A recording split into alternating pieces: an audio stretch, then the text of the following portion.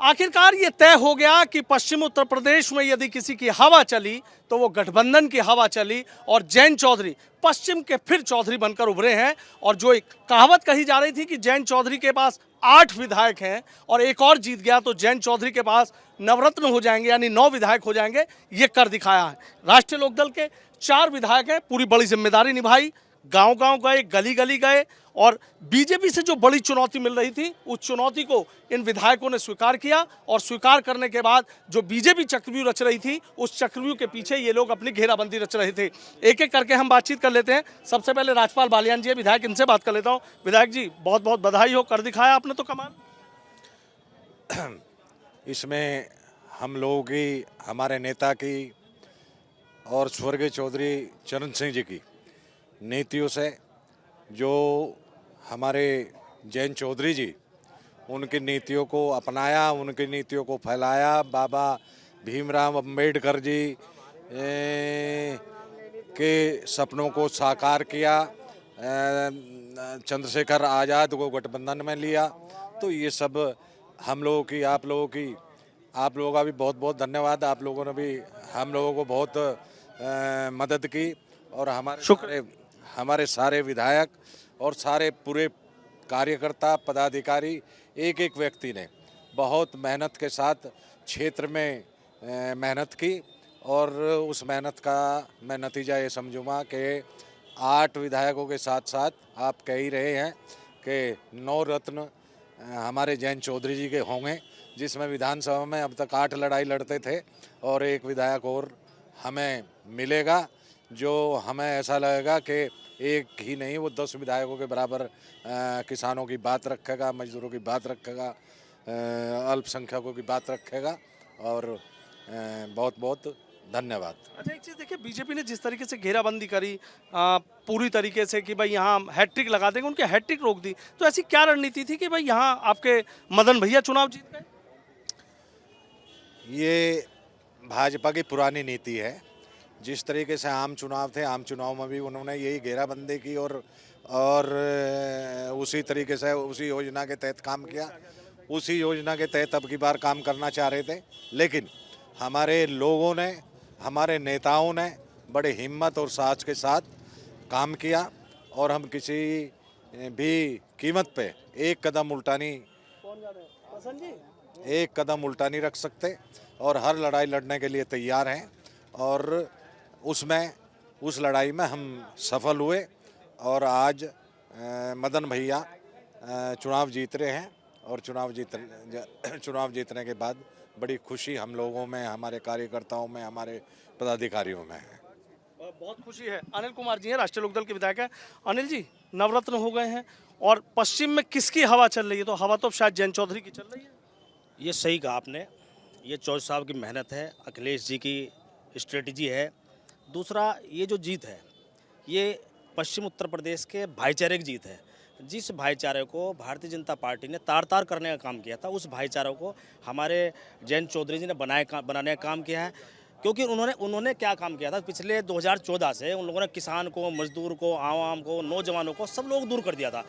इस चुनाव में इन सब लोगों को इकट्ठा करने का मौका जो है जयंत चौधरी ने दिया है। ये जो जीत है, किसान की जीत है, मजदूर की जीत है, आवाम की जीत है, दलित की जीत है, उस हर गरीब तबके की जीत है जिसको अपेक्षा रहती है सरकार में कि हमें सुख सुविधाएं मिले। जो उम्मीद करके वोट डालने जाता है, आंधी में भी, तूफान में भी, बड़े लोग, धनाढ़ लोग वोट नहीं डालते। जिन लोगों को भारतीय जनता पार्टी सपोर्ट करने का काम करती है, अडानी ग्रुप हो, अंबानी ग्रुप हो, वे लोग तो वोट भी नहीं डालते। वोट डालता है गरीब आदमी। तो उन गरीब लोगों ने अपना जो है, जो बाबा साहब के द्वारा दिया गया उनको अधिकार है वोट का, उसका जो उन्होंने सदुपयोग किया। तो ये जीत जो है उन सब लोगों की जीत है। उन सब लोगों की जीत है। जैसे जयंत चौधरी ने गठबंधन बनाया, जाटों की बात हो, गुजरों की बात हो, मुस्लिमों की बात हो, फिर उसमें एससी समाज को जोड़ के चंद्रशेखर को साथ ला गए। तो आपको लगता है कि जो चाह रहे थे कि सब मिलके यहाँ का माहौल पलट देने को, माहौल पलट? देखो, ऐसा है, ये सही आपने सवाल किया। इसमें, इस जीत में सबसे बड़ा सहयोग दलित समाज का है। देखो, दलित समाज भी 2007 से 12 तक बहन जी की सरकार रही, दलित समाज पूरा वहाँ जुड़ा हुआ था।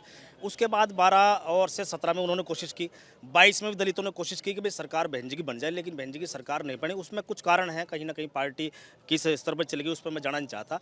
लेकिन आज दलित समाज भी अपने आप को उपेक्षित महसूस कर रहा, वो भी अपने इस मूवमेंट को, अपने इस बहुजन मूवमेंट को चलाना चाहता है। तो आज उन्हें लग रहा है कि ये बढ़िया जो सबसे जो अच्छा जो ये आज समीकरण बना है, यहाँ वो अपने हितों को सुरक्षित मानते हैं। तो उन्होंने इसलिए जो है राष्ट्रीय लोकदल के मदन भैया को वोट करने का काम किया है। जो उनकी उम्मीदें हैं, आज उनका आरक्षण खत्म होने के कगार पे है, सारे पब्लिक सेक्टर में आरक्षण है वो खत्म हो रहा है, ये सब प्राइवेट कर दिए, सब बातें जो है उनके सामने थी। लगातार जो है बीजेपी के लोग संविधान को खत्म करने की बात करते हैं, समीक्षा करने की बात करते हैं, क्योंकि ये जो बाबा साहब के अनुयायी हैं, दलित समाज बाबा साहब का अनुयायी है। बाबा साहब की बात जो है आज जो है जो दिल से बात कर रहे हैं वो गठबंधन के लोग कर रहे हैं। नहीं तो उनकी फोटो पे माड़ा तो जो है बीजेपी के लोग भी चढ़ा रहे। बीजेपी के लोग तभी चुनाव में बीच में ये कह रहे थे कि दलित समाज हमें वोट कर रहा था। मैंने आपके ही चैनल पे कहा था दलित समाज उनको वोट क्यों करेगा, ऐसा क्या काम दलित समाज के लिए उन्होंने किया है, ये तो बताएं वो। तो आज जो है मुझे लगता है कि मैं तो 80% की बात करता हूँ, मुझे लगता है कि 90% दलित समाज ने गठबंधन को वोट दिया है। ये उन सब लोगों की जीत है, गरीब लोगों की जीत है। गरीब लोगों की जीत है। अशरफ अली हैं, राष्ट्रीय लोकदल के विधायक हैं। आपसे जानना चाहूँगा कि जब ये उपचुनाव आया, कवाल की भी बात हुई, मुजफ्फरनगर दंगे की भी बात हुई, तमाम चीज़ें यहाँ पर ऐसी चली। एक तरफ दंगे की बात चल रही थी, एक तरफ गन्ने की मिठास की बात चल रही थी, तमाम चीज़ें रही। तो आपको लगा कि भाई कवाल की बात करें या मुजफ्फरनगर दंगे की बात करें तो वो चीज़ें यहाँ चल नहीं पाई? मैंने आपको पहले भी कहा था कि भाईचारे की जीत होगी। अब आप देखिए मदन भैया जी को, गठबंधन के प्रत्याशी को सर्व समाज का वोट मिला है। मतलब सब लोगों ने वोट दिया है, चाहे वो हमारे दलित समाज के लोग हों, अति पिछड़े हों, किसान हों, नौजवान हों, मतलब सभी लोग जो है परेशान थे। और इस उपचुनाव ने साबित कर दिया है कि हमारे नेता माननीय जयंत चौधरी जी की अगुवाई में हम आगे चल के भी 2024 में हमारी बड़ी कामयाबी लोकसभा में होगी और गठबंधन आगे बढ़ेगा। अब भाजपा जो है यूपी से जल्दी ही रुखसत हो जाएगी, जल्दी यहाँ से चली जाएगी। अच्छा, 2024 का फैसला भी कर लिया कि जो बिल्कुल हम उत्साहित हैं। आप देख रहे हैं कि वर्कर में, लोगों में कितना जोश है और नौजवानों ने जिस तरीके से साथ दिया है, जिस तरह से हमारे संगठन के लोगों ने, हमारे नेता माननीय जयंत चौधरी जी ने जो है मेहनत की है।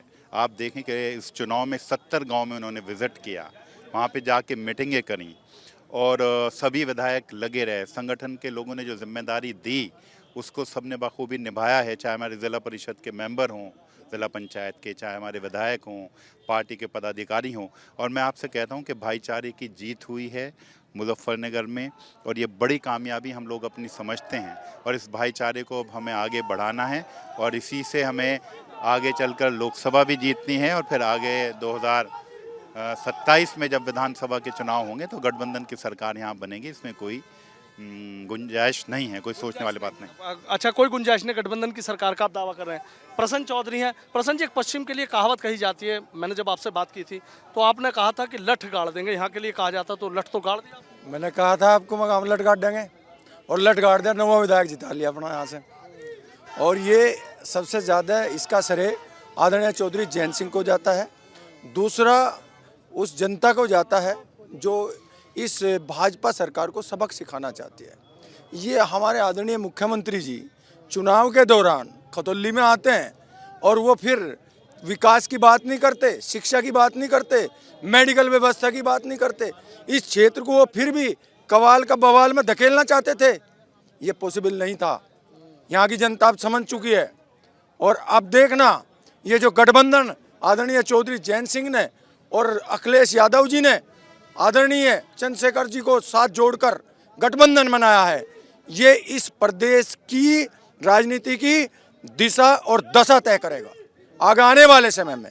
और आगे आने वाला समय इस गठबंधन का होगा।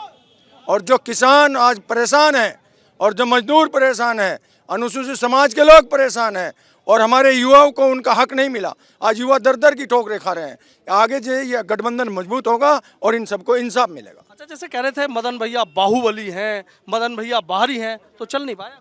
नहीं, ये देखो मैं बताऊं, उन कहने वालों को तमीज होनी चाहिए जो अपने बुजुर्गों का सम्मान नहीं करते, जो अपने समाज को गाली देते हैं, जो ये कहते हैं कि हम तो कट्टे रखते थे।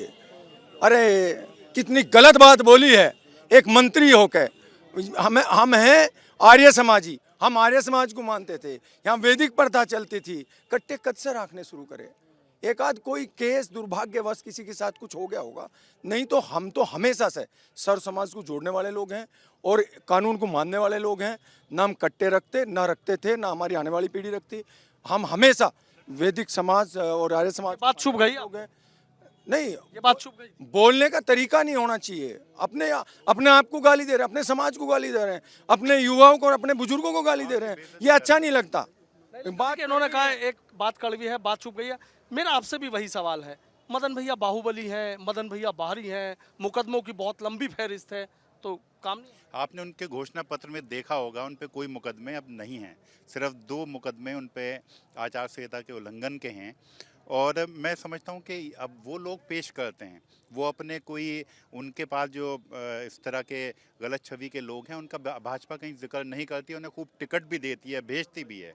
और मैं समझता हूँ कि उन्हें मदन भैया को लोगों ने सराहा है, उनको समझा है, वो चुनाव में यहाँ रहे हैं, उनकी बातों से प्रभावित हुए हैं लोग बाग, और उन्हें जो है अपना जो है विधायक चुना है यहाँ से। विधायक चुनाव। एक सवाल मेरा ये है कि जैसे मुजफ्फरनगर दंगे की बात हो गई थी, तो उसके बाद आप देख रहे हैं कि जो उपजाऊ भूमि थी राष्ट्रीय लोकदल की, वो दरक गई थी। तो आपको लग रहा है कि जाट मुस्लिम एक मंच पे आ गए हैं उस चीज़ पर? बिल्कुल, मैं कहता हूँ कि जाट मुस्लिम के साथ सर्व समाज, हमारे दलित भाई, अति पिछड़े सब लोग जुड़े हैं और सबका वोट मिला है। आप इस चुनाव में देखिए, आप खतौली उपचुनाव में आप बूथों से देखिए, गांव वाइज देखिए, हमें हर समाज से, सर्व समाज से वोट मिला है। कोई गांव ऐसा नहीं है जहां जाट और मुसलमान नहीं भी थे, हमें उस गांव में भी 200, 250 वोट मिल रहे हैं। 250 वोट मिल रहे हैं। अनिल जी, आपसे मेरा एक सवाल यही है, आप देख रहे हैं कि एससी समाज की महत्वपूर्ण भूमिका थी कि वो जिधर चला जाएगा हवा का रुख पलट जाएगा, तो ऐसी क्या वजह रही कि आप लोग दिल जीत पाए कि भाई एससी समाज को आप कह रहे हैं कि भाई चंद्रशेखर को मैंने बताया आपको पहले भी, देखो ये लड़ाई चुनाव तो था ही, गठबंधन के और भारतीय जनता पार्टी के बीच में चुनाव होना अलग बात है, लेकिन जो है ये लड़ाई विचारों की थी। जो ये जो दलित समाज है ना, ये बाबा साहब का अनुयायी है, ये उनके विचारों में चलने वाले हैं, तो इन्हें लगता है कि आज भारतीय जनता पार्टी की सरकार सेंटर में भी है और यहाँ भी है, ये कहीं ना कहीं इनके अधिकारों पर कुठारघात कर रही है। तो ये इन बातों ये समाज ऐसा नहीं, स्वाभिमानी समाज है, ये 4 बार सत्ता में रह चुका, स्वाभिमानी समाज है। आखिरी सवाल मेरा आपसे है चौधरी साहब, राजपाल जी, कि अब क्या लग रहा है? मदन भैया तो जीत गए, मदन भैया जीत गए, गठबंधन मजबूत होगा, हमारे नेता मजबूत होंगे और भारतीय जनता पार्टी की सरकार को ये सबक यहाँ की जनता सिखाएगी, खतौली की, कि तुम्हारी जो गलत नीतियाँ हैं इन नीतियों में सुधार करो, वरना जिस तरीके से अब खिसक गए आगे और ज़्यादा इस तरीके से हर बिरादरी खिसकती चली जाएगी और विरोध करेगी, विरोध में वोट डाल लेगी और आपको धाराशाही करके गठबंधन की सरकार को यहाँ लाने का काम करेगी। बहुत बहुत शुक्रिया, बहुत बहुत शुक्रिया। तो देखिए, राष्ट्रीय लोकदल के 4 विधायक हैं और सीधा कहना गठबंधन की जीत हुई है, भाईचारे की जीत हुई है, और इसी भाईचारे पर चुनाव लड़ा था। खाली जाट, मुस्लिम, गुर्जर, एससी समीकरण की बात ही नहीं है, तमाम समाज के लोग एकजुट होकर राष्ट्रीय लोकदल को वोट किया है और ये बदलती जो सियासी हवा है उसका एक बड़ा संकेत है। वीडियो जर्नलिस्ट सत्येंद्र सिंह के साथ सनुज शर्मा, एबीपी गंगा, मुजफ्फरनगर।